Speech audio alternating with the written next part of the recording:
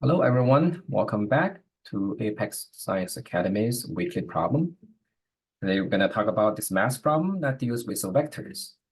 Okay, so the question is following. There's a dog who wants to catch a squirrel before it hides on a tree. The beginning, the squirrel is 100 meters north of the dog, and it runs east towards a tree that is also 100 meters away.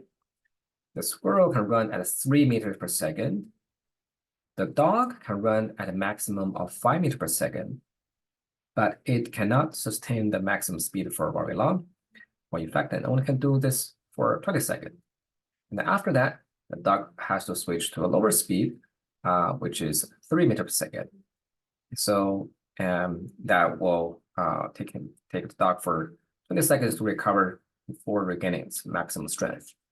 So if you are looking at the dog, it's gonna running at a 5 meters per second and 3 meters per second with a switching interval of 20 seconds. So the question is, can the dog catch a squirrel?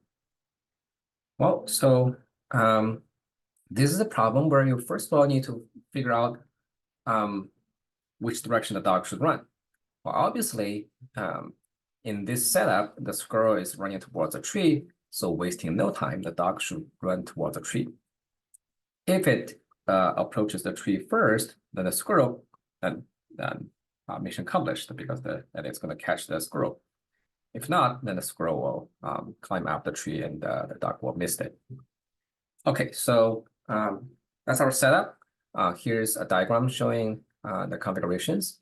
The first thing we want to know is because the squirrel has a constant speed, and that's the easiest target first, right? So let's look at how long it takes for the squirrel to reach the tree. Okay, so the total time t, okay, let me actually change the color of the pen. All right. So the total time t for the squirrel to reach the destination is going to be distance divided by speed.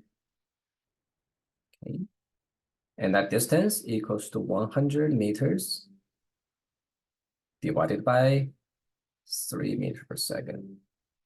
So this is going to be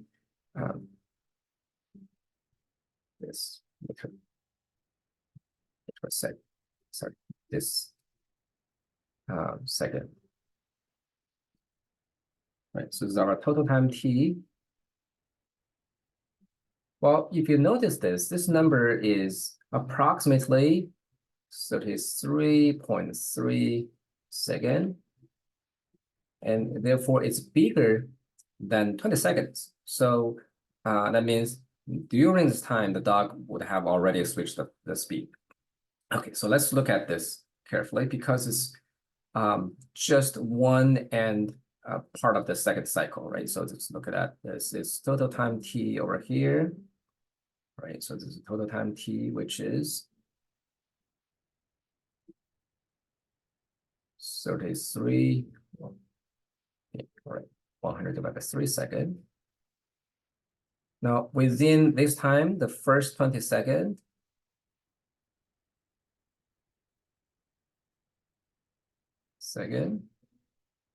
and the dog runs at 5 meters per second. And the remaining, that's 100 over 3 minus 20 seconds. The dog runs at 3 meters per second. Okay. Well, okay, so let's calculate how long the dog has been running. So the distance d, I'm going to put a d og, which is distance the dog will be able to run by the time the squirrel has reached the tree. Okay, so this is going to be equals to, based on this diagram here, 20 seconds times 5 plus 100 over 3 minus 20 times 3. Okay. This is the amount of distance the dog would be able to run is meters. All right, let's put it together. That's going to be 100 plus 40 meters equals to 140 meters. Okay.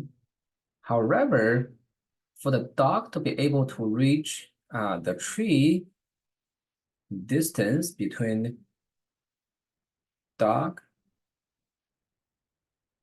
to tree, well, I know this is a very long subscript, but I can, for the sake of the solution, I think it's easier to write this way, so that we are very clear what it means. The distance between dog to the tree, which is the diagonal term over here, that's distance, right?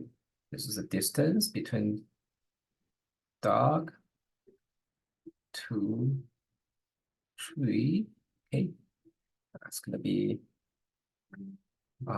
based on that, it's a right triangle. 100 times square 2 meters, which is approximately 141 meters. Okay. And you see that's clearly greater than the distance the dog would have run. Well, so that means by the time the squirrel has reached the tree, the dog will be somewhere over here, right? So the dog won't be able to reach the tree yet, and the squirrel will successfully escape from the dog. So the answer is no. The dog won't be able to catch the squirrel. Okay, all right. So that's it. Hopefully you enjoy the video, and we'll see you next week.